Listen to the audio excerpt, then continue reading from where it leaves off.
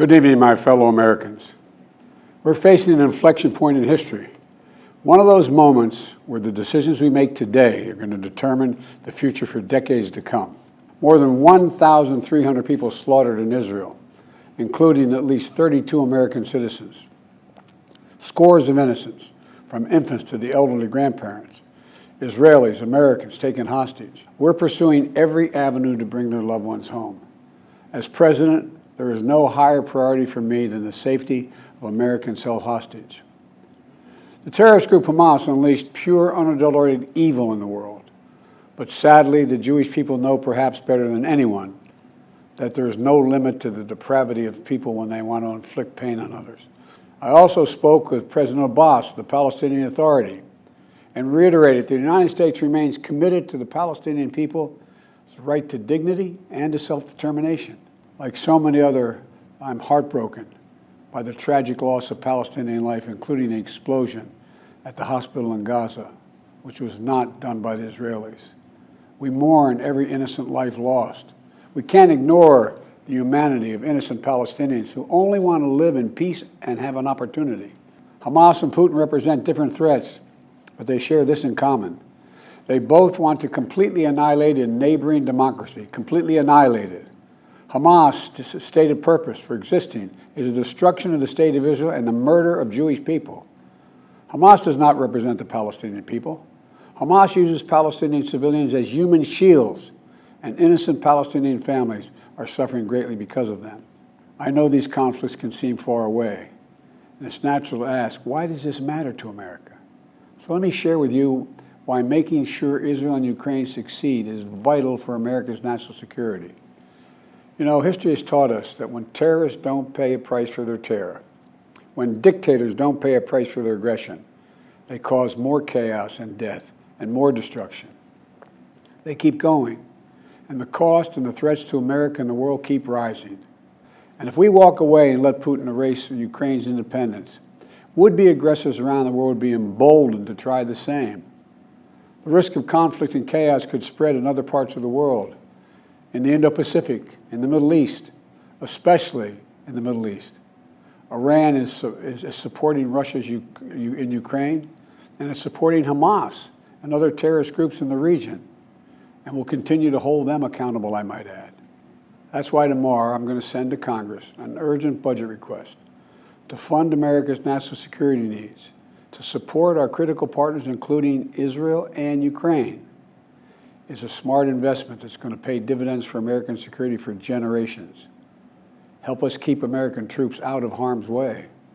Help us build a world that is safer, more peaceful, more prosperous for our children and grandchildren. In Israel, we must make sure that they have what they need to protect their people today and always.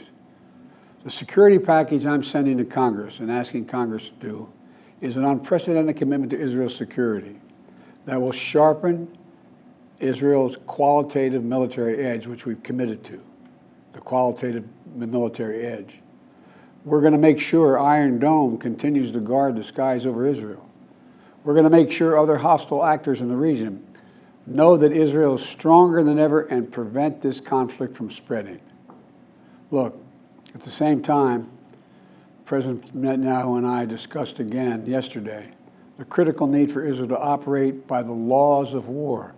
That means protecting civilians in combat as best as they can. The people of Gaza urgently need food, water, and medicine. Yesterday, in discussions with the leaders of Israel and Egypt, I secured an agreement for the first shipment of humanitarian assistance from the United Nations to Palestinian civilians in Gaza. If Hamas does not divert or steal these shipments, we're going to provide an opening for sustained delivery of life-saving humanitarian assistance for the Palestinians.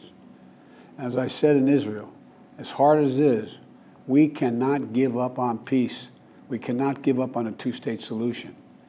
Israel and Palestinians equally deserve to live in safety, dignity, and peace. You know, and here at home, we have to be honest with ourselves. In recent years, too much hate has given too much oxygen, fueling racism, the rise of anti-Semitism, and Islamophobia, right here in America. It's also intensified in the wake of recent events that led to the horrific threats and attacks that both shock us and break our hearts. On October 7th, terror attacks have triggered deep scars and terrible memories in the Jewish community. Today, Jewish families worried about being targeted in school, wearing symbols of their faith walking down the street, or going out about their daily lives. You know, I know many of you in the Muslim American community, the Arab American community, the Palestinian American community, and so many others are outraged and heartened, saying to yourselves, here we go again with Islamophobia and distrust we saw after 9/11. Just last week, a mother was brutally stabbed. A little boy, here in the United States, a little boy who just turned 6 years old was murdered in their home outside of Chicago. His name was Wadiha, a proud American, a proud Palestinian American family. We can't stand by and stand silent when this happens.